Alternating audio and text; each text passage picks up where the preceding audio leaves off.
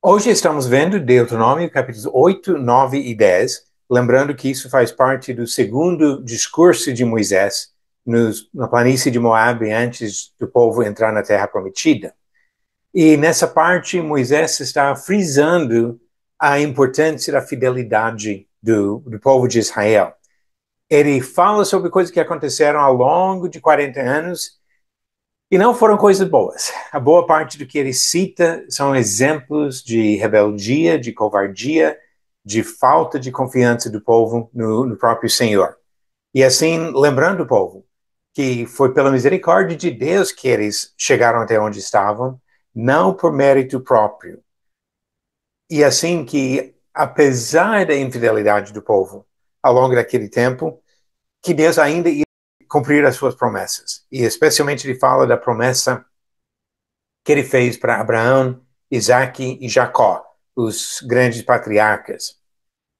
E depois de entrar na terra, o povo teria que fazer melhor, teria que demonstrar fidelidade, algo que a geração anterior não havia feito no deserto, mas agora esta geração recebe o desafio de demonstrar fidelidade ao Senhor para manter posse da terra.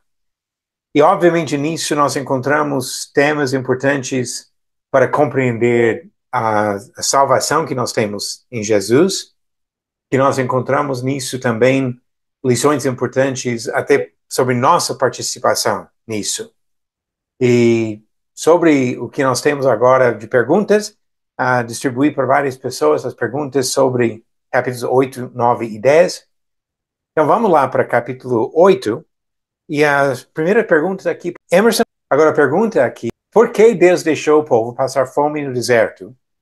E a segunda parte, se ele pode nos deixar passar por apertos e sofrimento para nosso bem. E para explicar isso. E aí eu coloquei aqui, né, para testar o povo, para saber o que estava em seu coração. Se ele amavam, que o povo amava a Deus de todo o coração, como Deus tinha pedido, mesmo passando necessidade, né? E para também mostrar ao povo que ele não viveria só de pão, o alimento físico, mas das palavras do Senhor, do alimento espiritual. Assim como Deus fez com o povo, ele pode fazer conosco hoje, para também nos testar e ver se estamos amando ele de todo o coração, se estamos permanecendo fiéis aos princípios revelados e ensinados por seu Filho Jesus.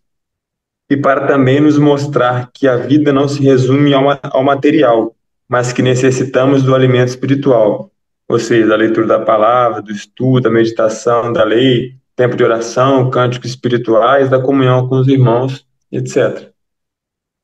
Muito bom, Emerson. E é isso mesmo, que ele fez para o bem do povo. Foi uma maneira de disciplinar, de provar a fidelidade deles, ajudar, como você falou, de buscar o pão que vem da palavra dele, não somente as coisas materiais.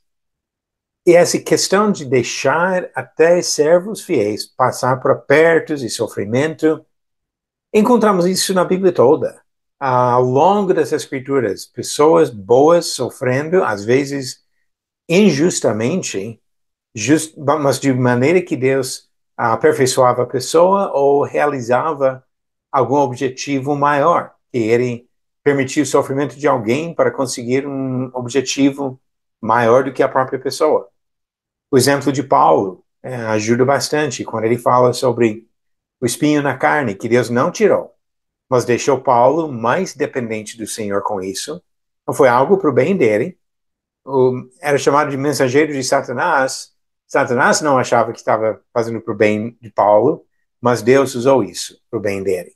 E com certeza faz a mesma coisa conosco. Pergunta número 2, Jonathan. O que Deus queria que o povo se lembrasse da sua história no deserto e qual seria o perigo de se esquecer disso? É, Deus queria lembrar o povo de quem os livrou, ou da terra do Egito. Exatamente, que ele os livrou, sustentou ao longo do tempo que eles estavam no deserto. E se esquecessem disso, qual seria o perigo disso? Eles poderiam se tornar arrogantes e futuramente se afastar de Deus. Ok, exatamente. Um, iam até abandonar o Senhor talvez confiando neles mesmos ou confiando até em falsos deuses, ao invés de servir ao Senhor. Mas, de qualquer forma, o afastamento do Senhor seria a consequência. Se não lembrar da dependência de Deus, acaba se afastando dele. Muito bom, Jonathan. E agora a pergunta número 3 para Gersi. Já entrando no capítulo 9, Gersi, quem eram os Anaquins e por que Moisés falou deles agora, preparando o povo para entrar na terra? Boa noite. Boa noite, Gersi. Então, olhando os anaquins, não pela estrutura física, porque já sabemos que eles eram gigantes, e até, Denis, depois, se tu puder responder, eu não entendi como que eles podiam ser gigantes, como que eles... A genealogia deles, como é que foi que eles ficaram gigantes? Se todos nasceram de Adão e Eva. Então, olhando aqui pela vida espiritual deles, então, eles eram desobedientes e autossuficientes. Ali mostra o grande perigo das pessoas que se acham autossuficientes, que elas não precisam de Deus, né? Aí mostra um povo e o seu destino. E Moisés falou dos anaquins pelo motivo de que os israelitas não estavam tomando a terra deles porque eram bons. Pelo contrário, eles eram maus. Mas também os israelitas, eles também eram teimosos. E também Deus queria cumprir a promessa que ele já tinha feito para Abraão, Isaac e Jacó. Ok, muito bom. Sobre sua dúvida aí, Jersey, eu acho que eu não vou ter muita resposta para dar, que a questão da genética já é uma coisa complicada em qualquer circunstância. Sabemos que até hoje existem diferenças até entre populações diferentes. Tem pessoas em certos países ou certos lugares que têm uma tendência de ser maiores ou menores geneticamente, talvez uma concentração em um lugar ou outro. Algumas pessoas acreditam que os gigantes do Antigo Testamento tenham sido descendentes de anjos tendo relações com seres humanos, com mulheres. Algumas pessoas interpretam Gênesis capítulo 6 nesse sentido. Eu tenho muita dúvida sobre essa interpretação, mas eu menciono como uma explicação, às vezes, que algumas pessoas dão. O que nós observamos no livro de Deuteronômio, Josué, e talvez até entrando em Juízes, é que estamos no final dessa história, que a raça não seria a palavra certa, mas essas famílias de gigantes já estavam diminuindo e chegando ao ponto que seriam extintos. E parece que até a época de Davi, Golias talvez seria o último mencionado, e Golias parece já menor do que esses que nós temos nesta época. Mas outro fator que lembramos nisso, voltando lá para Números, capítulo 13, quando os espias foram enviados, 40 anos antes disso, de Cádiz Barneia para espiar a terra, voltaram com medo de tomar a terra, justamente por causa desses filhos de Anak. Diz Números 13, 33, também vimos ali gigantes, os filhos de Anak são descendentes de gigantes, e éramos aos nossos próprios olhos como gafanhotos, e assim também o éramos aos seus olhos. Então, isso foi motivo da desistência, que eu acredito que seja mais um motivo para Moisés falar nesse momento. Porque essa nova geração precisa ter coragem de enfrentar os gigantes, ou melhor, e como você bem colocou, Jersey, não sendo autossuficientes. Eles precisavam de confiança no Senhor para vencer os gigantes. E os pais não tiveram isso. Os pais desistiram por causa dos gigantes. E agora essa próxima geração precisava da fé que Deus daria a vitória até sobre os gigantes. E os outros pontos que você colocou foram também interessantes, que é um exemplo de como a autossuficiência não resolve nada. No final das contas, os gigantes perdem para pessoas menores, porque essas pessoas estavam com Deus. Ok, pergunta número 4, aqui, deixa eu pegar minha folha de novo. Pergunta 4 para o Léo. Léo, Deus explicou quais 2 motivos para dar a terra para os israelitas? Por causa da maldade dessas nações e para cumprir as promessas feitas aos seus antepassados. Ok, exatamente isso. A maldade dos povos que estavam sendo expulsos, ele havia falado sobre isso desde Gênesis capítulo 15, que por causa da maldade, da iniquidade daqueles povos que seriam expulsos da terra, isso quando ele prometeu para Abraão 400 anos antes. E ligado a isso, esse juramento feito aos patriarcas, que ele prometeu para Abraão, Isaac e Jacó, que os descendentes iam possuir a terra de Canaã. Então, por esse motivo, realmente precisa expulsar. O que falta aqui é algum mérito. Não foi porque eles mereciam essa terra. E jamais deveriam pensar assim. Foi por outro motivo que Deus entregou a terra para o povo de Israel. E pergunta número 5 também ficou para você, Léo. Quais fatos Deus citou para reforçar sua afirmação de que Israel não merecesse a terra que ele lhe deu?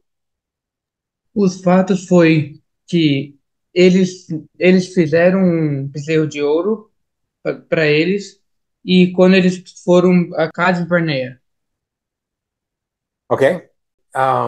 Bom, deixa eu mostrar aqui, além disso, ele obviamente já falou que não era por causa da justiça deles, mas os exemplos que ele citou, o bezerro de ouro foi o principal, talvez, aqui, que ele dá vários versículos dessa questão, lembrando como foi quando ele desceu do monte, que Deus avisou que ele quebrou as tábuas, que Deus queria matar Arão, etc.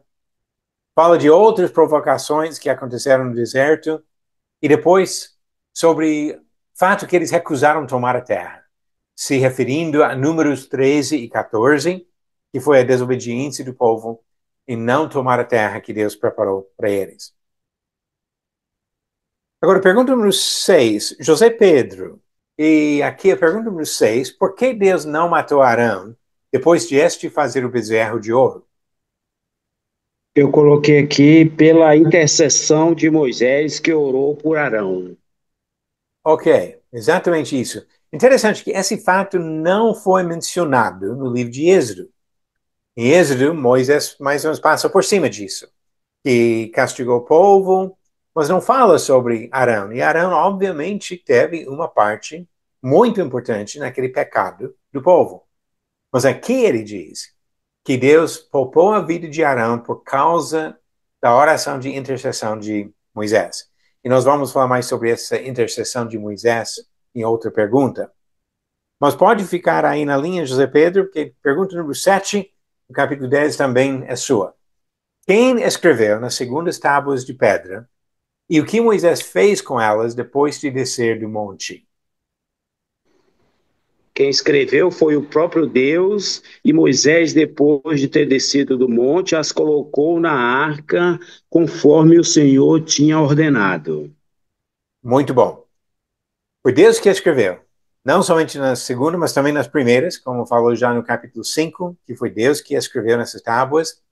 E Moisés guardou na arca. Encontramos muito tempo depois referência a isso, até no livro de Números, de Hebreus, no Novo Testamento, fala sobre as tábuas da lei que ficavam na Arca da Aliança. O móvel mais sagrado de Israel foi o lugar adequado para colocar as tábuas de pedra onde o próprio Deus escreveu nessas tábuas. Ok, pergunta número 8, Becca. Por que os levitas não receberiam herança de terra? Os levitas não receberiam porque sua herança era o serviço ao Senhor, né? A herança deles era o Senhor. E eles eram separados para ministrar no tabernáculo, né? Naquela época, depois, futuramente, o templo. E eles viveriam das ofertas e dízimos do povo. Ok, muito bem.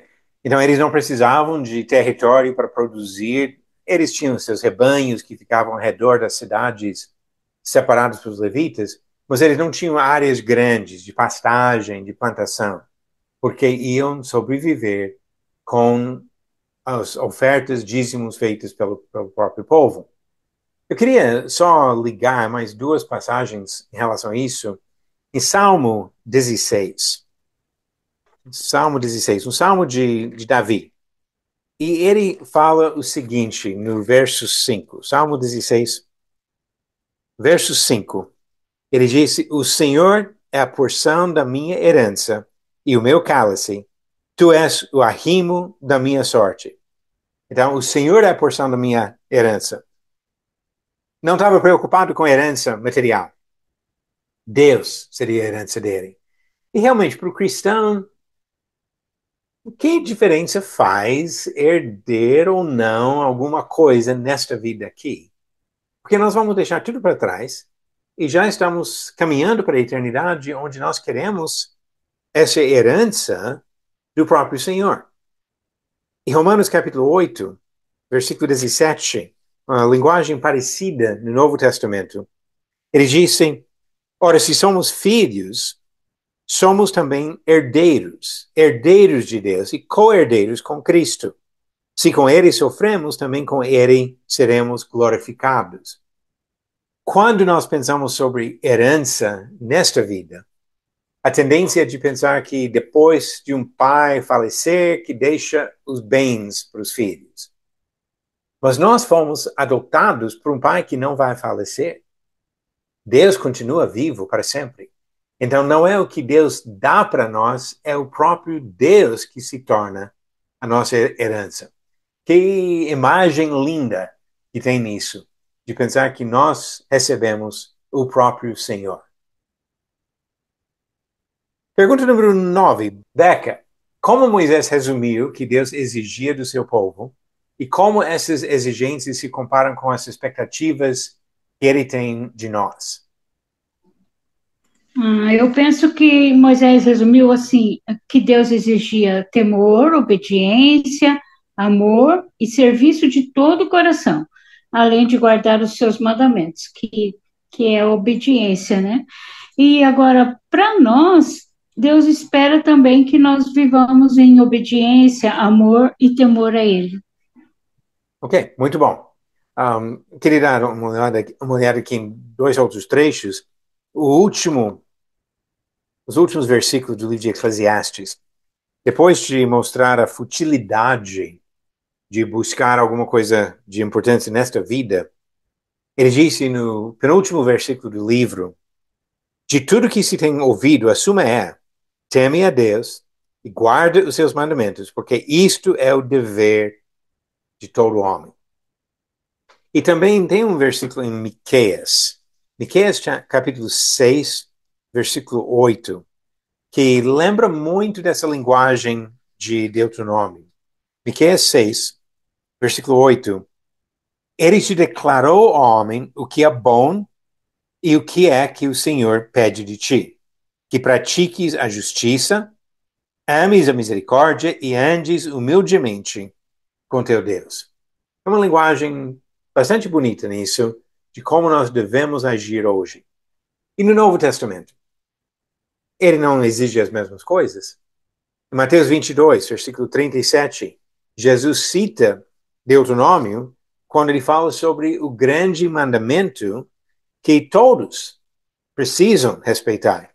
Mateus 22, o versículo 37, respondendo à pergunta sobre o grande mandamento da lei, Jesus disse: amarás o Senhor teu Deus de todo o teu coração, de toda a tua alma e de todo o teu entendimento.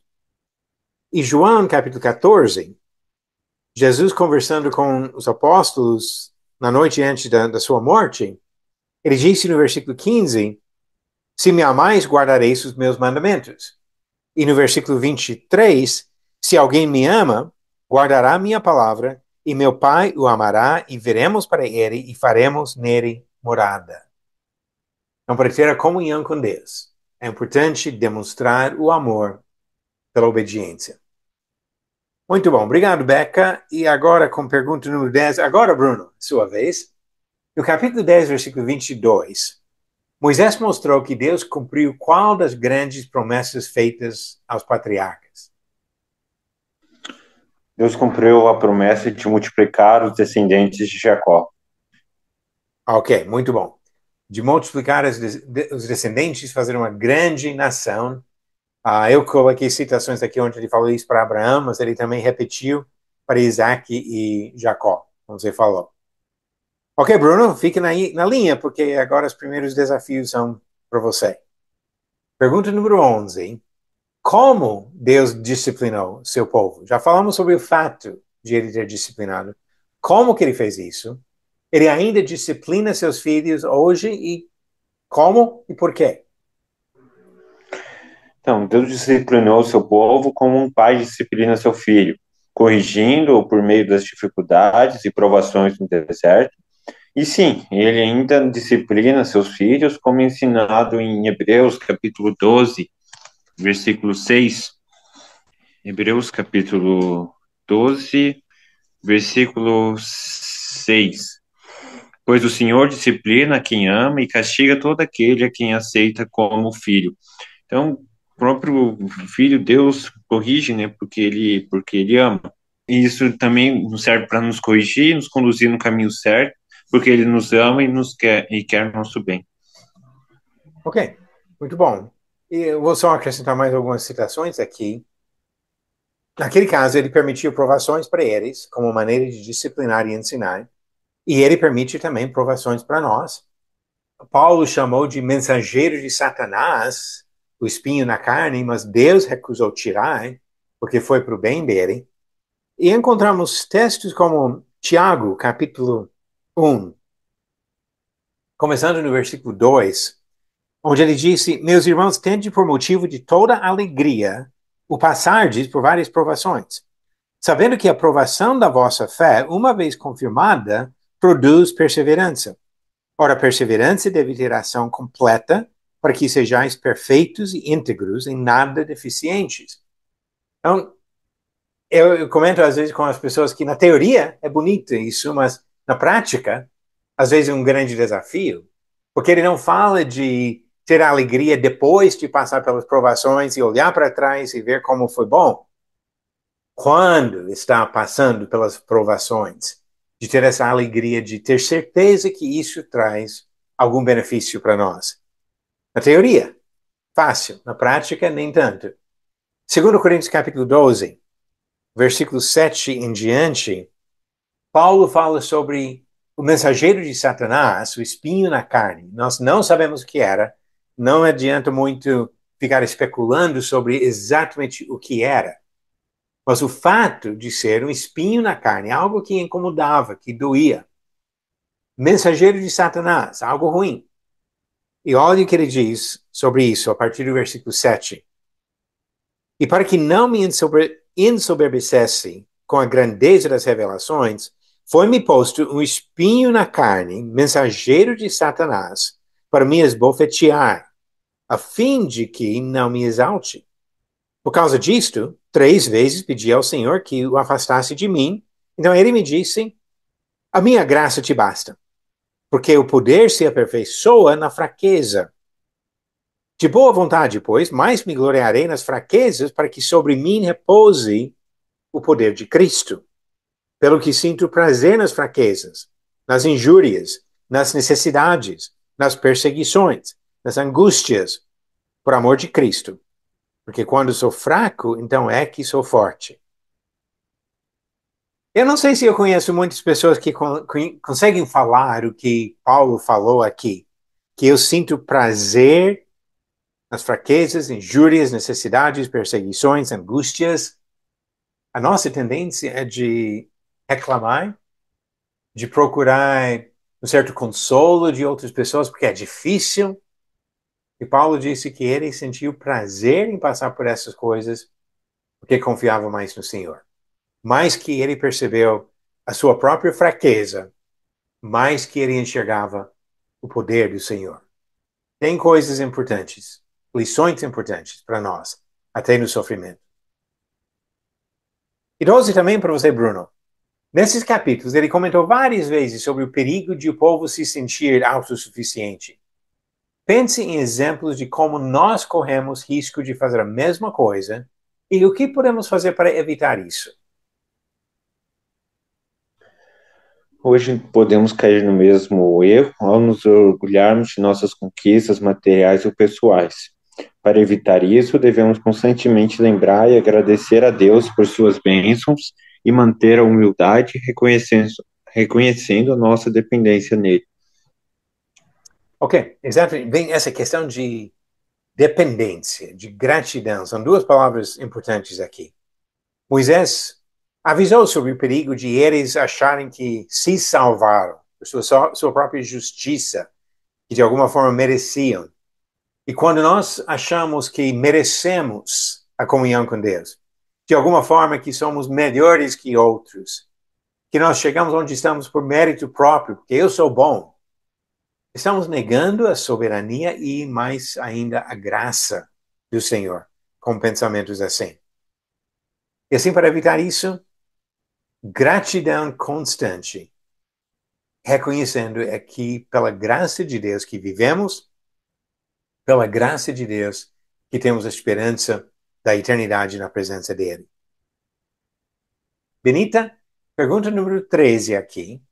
O capítulo 9 fala de várias situações envolvendo 3 partes. Explique a participação nessas histórias de cada parte, considerando especialmente como o papel de Moisés prefigura o papel de Jesus Cristo.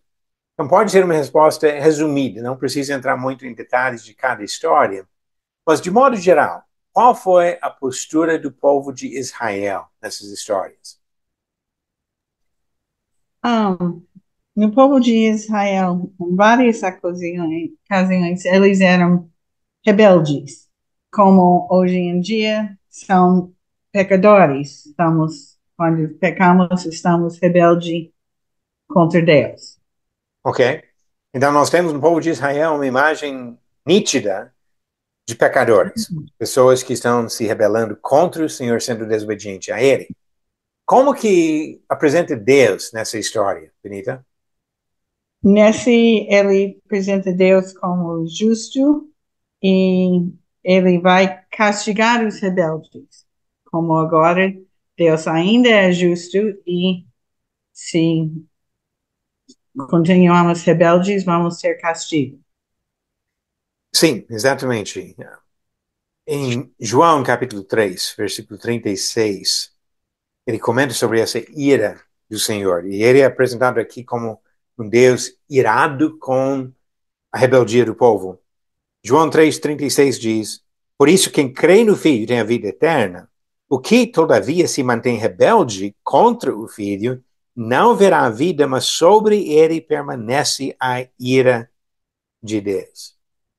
Então aqui ele fala sobre essa ira de Deus, que em vários momentos ameaçou destruir por completo a nação de Israel.